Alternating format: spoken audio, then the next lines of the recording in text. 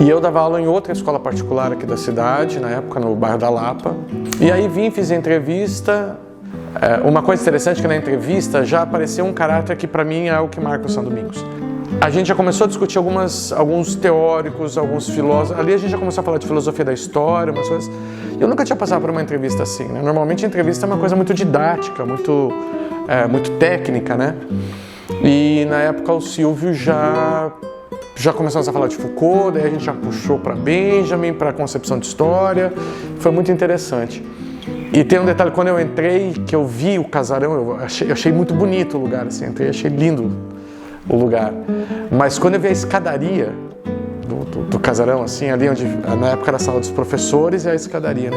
Eu olhei e falei, nossa, que lugar bonito, eu quero trabalhar aqui. Eu queria trabalhar aqui, eu falei, nossa, que lugar lindo, eu quero trabalhar nesse lugar.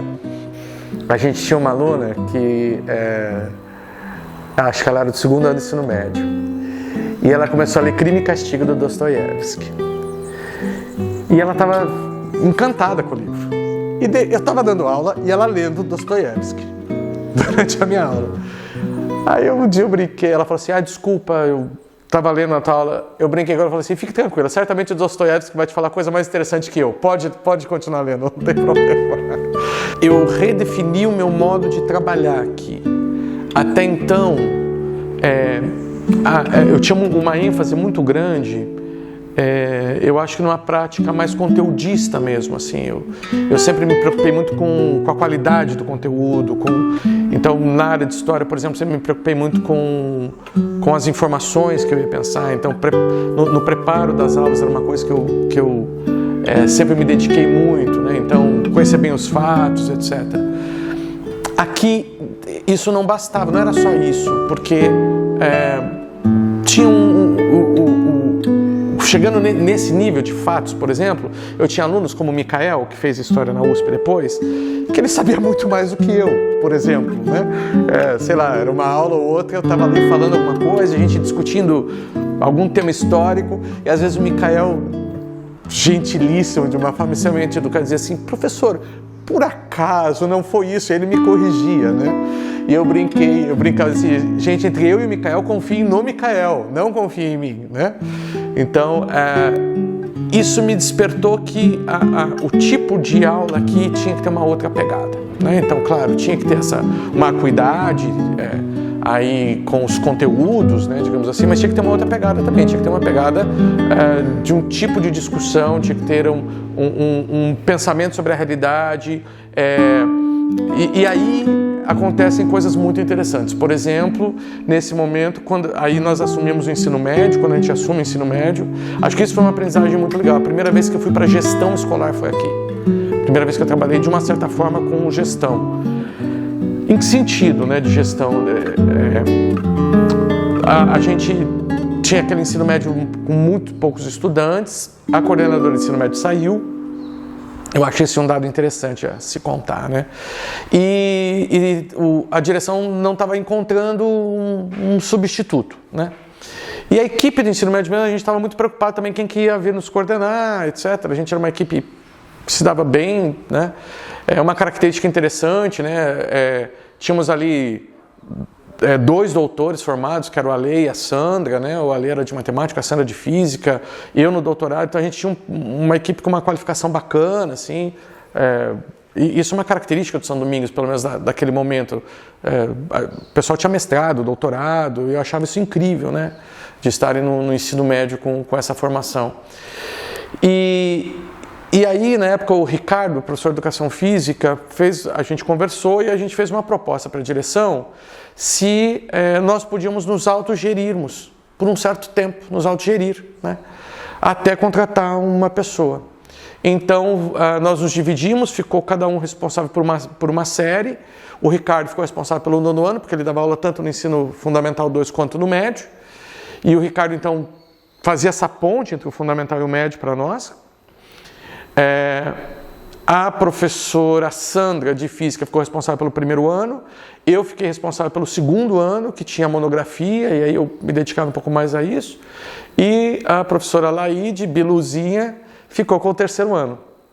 que enfim, ela tinha uma pegada muito boa para essa coisa da meninada saindo já e querendo ir para a universidade. A Belu fazia um trabalho incrível de uma mostra dos pais virem contar a sua trajetória profissional aqui, que você me contou que ainda tem até hoje na escola, que eu acho uma coisa muito legal. Então, quando a gente vai para esse momento, eu tive que aprender a lidar com coisas que eu não lidava, né? Com uma parte da educação que, enfim, a gente quando está só na sala de aula não lida muito, né?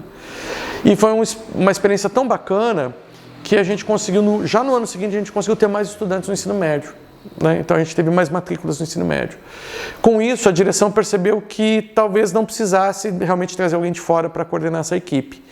O que aconteceu é que o Ricardo assumiu a coordenação, né? Ele assume essa figura fixa do coordenador, apesar de continuarmos daí acho que o termo que era usado era o tutor, éramos tutores, né?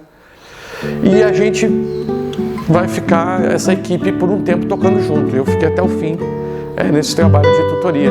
Então, fazer parte de uma equipe que coordena o trabalho, isso foi muito importante para mim. Porque hoje, no trabalho na universidade pública, a gestão é toda nossa, né? Então, a gente faz gestão, a gente faz educação, a gente faz pesquisa, a gente faz tudo. Então, quando eu cheguei na universidade, a experiência de ter trabalhado com uma equipe aqui também gerindo, né, o processo educacional, me facilitou lá. Eu acho que esse é um aprendizado, é algo que eu não tinha exercido até então. O São Domingos me possibilitou, né? E tinha os projetos aí, disso saíram os projetos. E aí tinha o projeto de atualidades. Então essa também é uma experiência muito marcante, trabalhar com projetos. Eu aprendi a trabalhar com projetos aqui. Até então, eu trabalhava muito sozinho. Aqui a gente tinha que trabalhar junto, né, coletivamente. Então eram 2, 3 professores que criávamos projetos. E esses projetos eram incríveis, porque os estudantes vinham mesmo e participavam e faziam formação com a gente. E era onde a gente tinha que trabalhar muito. Inclusive teve durante a Primavera dos Povos Árabes, né, naquele momento das rebeliões no norte da África, eu e o Fábio, a gente estava discutindo isso com os alunos e aquilo estava tendo, a gente está falando aí de 2011, né? Aquilo estava tendo uma efervescência tão grande, né, no mundo e a gente percebia algo ali. E a gente fez uma proposta com o Silvio e o Silvio comprou a proposta, daí ele também ajudou a deixar a proposta mais interessante, que foi de fazer praticamente o que o Serginho Grossman fazia antigamente no programa Livre. E a gente vai fazer meio que um programa livre com eles sobre a Primavera Árabe. E aí a gente conseguiu o Tuca. A gente fez aqui no Tuca. E foi tão interessante porque era assim, daí nós dividimos em grupos, então tinha estudante, na época o Manuel era um estudante do 1º ou 2º ano naquele momento, e o Manuel era difícil em sala, mas o menino desenhava extremamente bem e gostava de pichar e fazia uns desenhos incríveis. E aí a gente fez um negócio que enquanto estava tendo debate, o Manuel estava criando um painel no fundo e aí tinha um pessoal que tocava música, então a gente também pediu para eles fazerem umas músicas revolucionárias, de jovens. Então tinha banda, tinha arte, tinha debate e foi um troço super bacana que a TV Cultura veio cobrir. E aí, quando a TV Cultura fez a cobertura, na época o Demetrio Magnoli era o comentarista da TV Cultura. E aí saiu, né, no jornal, e o Demetrio fez um comentário que eu achei tão bacana, que ele falou assim: olha, tem teoria aí por trás, esses professores sabem o que eles estão fazendo. E aí, claro, a gente queria explodir, né, de alegria com isso. Então, assim, eram projetos muito legais, né? Então, quando a gente fala de projeto, tinha desde essa coisa menor mesmo, do cotidiano da escola, do lidar com um livro, uma literatura, uma leitura, até coisas maiores, né, que envolviam todo o médio e que eram fascinantes, assim. Tem estudantes que até hoje a gente tem muita amizade. Até me emociono de falar isso, assim.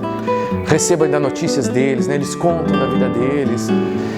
Isso ficou amizade entre nós. Eu sou amigo da Sandra até hoje, sou amigo do Fábio até hoje. Tenho pouco contato, mas muito carinho pelo Ricardo até hoje. Eu acho que ficou educação. Educação é isso, né? O Brandão fala isso tão lindo naquele livrinho dele, tão simples, o que é educação. Diz, educação é quando algo marca, quando fica, né? Eu acho que eu fui marcado pelo São Domingos e acho que também alguns ficaram marcados por mim por aí, né?